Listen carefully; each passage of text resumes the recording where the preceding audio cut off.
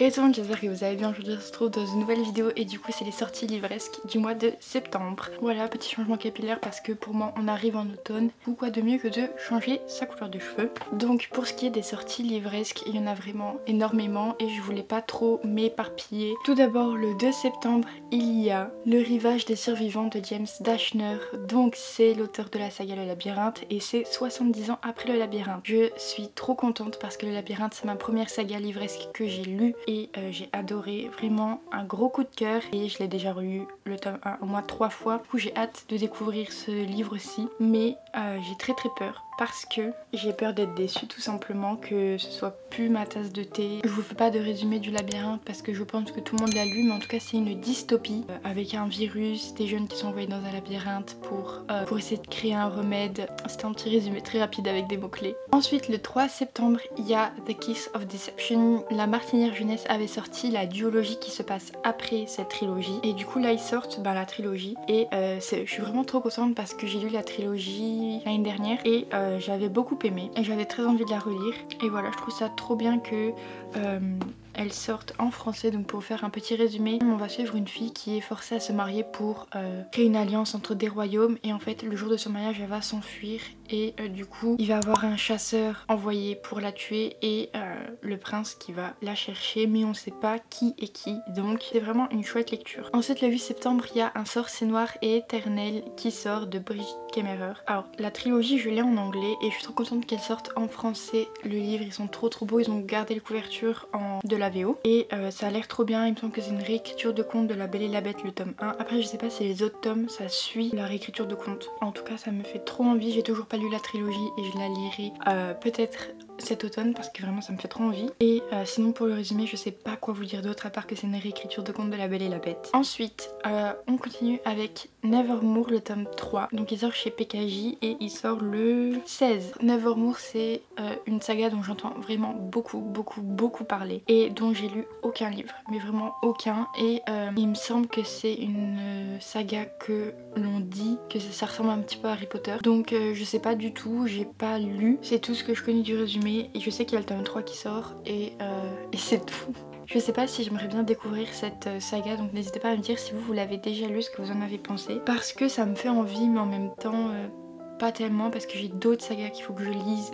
Ensuite le 23 il y a Les enquêtes d'Anna Swins, donc c'est le tome 3 et 4. Je n'ai toujours pas lu le tome 1 et 2. C'est des cozy mystery me semble et j'ai jamais lu encore de cozy mystery, mais j'ai trop envie de découvrir des cozy mystery parce que ça a l'air tellement frais et tellement bien, tellement cozy donc j'ai trop envie de les découvrir. Mais c'est pas du tout mon genre de lecture habituel, du coup je ne vais pas automatiquement vers ce genre de lecture. Je ne saurais absolument pas vous faire de résumé de cette saga. Je sais juste que c'est un cozy mystery, que du coup il y a une enquête. Donc maintenant on va passer au livre en VO et je terminerai par les mangas comme d'habitude. Donc en VO on a Defy the Night de Brigitte Kemmerer, donc c'est celle qui a écrit Un sort si noir et éternel, qui sort le 14 et je dois avouer que je ne connais pas du tout le résumé de ce livre-ci. J'ai juste vu Brigitte Kemmerer et je me suis dit bon, sa trilogie a l'air de plutôt bien marcher. Je vais mettre ce livre dans ma wishlist parce qu'il a l'air vraiment pas mal. Et puis la couverture, en fait c'est surtout la couverture qui m'a fait craquer parce que je la trouve trop belle. Ensuite le 14, toujours en VO, on a Empire of the Vampire de J. Christophe. Alors là pareil, il m'en a pas fallu beaucoup, il y avait écrit Vampire dans le titre.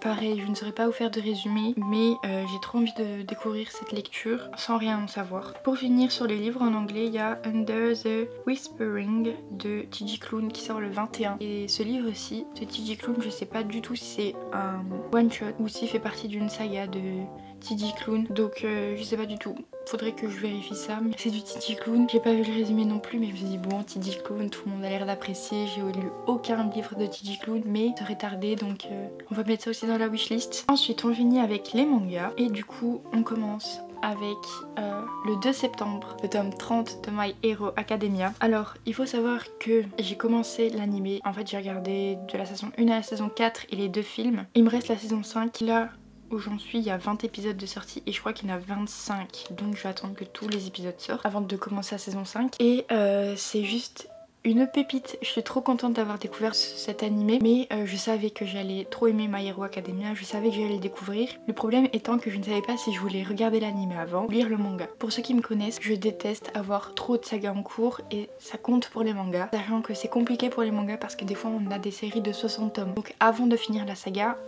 vous avez le temps. Je n'ai pas commencé à lire les mangas parce que j'ai déjà d'autres sagas de mangas que je veux finir, que je veux continuer. Donc ça sera pas pour tout de suite, mais je prévois bien sûr de lire le manga, surtout que j'ai déjà été feuilleter le tome 1 sur Kobo et j'adore les dessins. Ensuite le 8 septembre il y a Fairy Tail la quête de 100 ans, le tome 9 qui sort. Alors Fairy Tail, j'ai regardé tout l'animé, je suis en train de lire les mangas, je suis au tome 18 je crois bien et j'aime vraiment beaucoup. En fait j'ai lu les mangas parce que je voulais enchaîner avec justement la quête de 100 ans et j'ai trop hâte de découvrir ça vraiment. Ensuite le 9 septembre il y a A Sign of Affection, le tome 3. Donc ça c'est une série de mangas dont j'entends vraiment beaucoup parler. En fait il me semble que c'est une fille qui est muette, elle parle que la langue des signes et elle va rencontrer un garçon qui lui est polyglotte mais qui ne parle pas la langue des signes je crois. Et bref c'est tout ce que j'en sais, j'ai pas du tout lu le tome 1 ou 2 du manga, donc j'ai très envie de le découvrir même si c'est pas le genre de lecture que je privilégie dans les mangas. Ensuite le 17 septembre on continue avec le tome 6 de Deep Sea Aquarium Magmel. Ça c'est une série qui me fait trop envie parce que j'adore tout ce qui est